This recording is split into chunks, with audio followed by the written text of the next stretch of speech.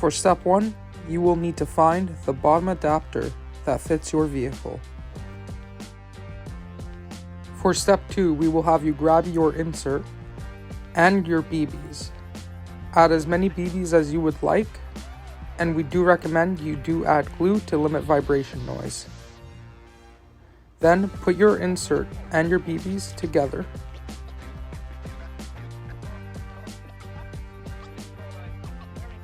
Once that is done, grab your cover and put your cover over your insert.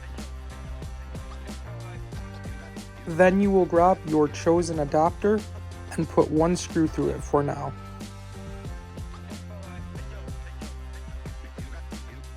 You will grab the included hex bit and then screw the first screw on.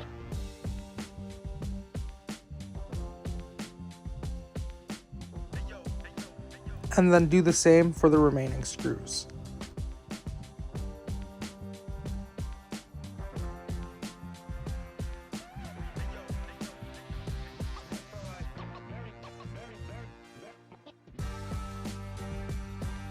And that's it. You are now free to put this directly onto your vehicle and have fun.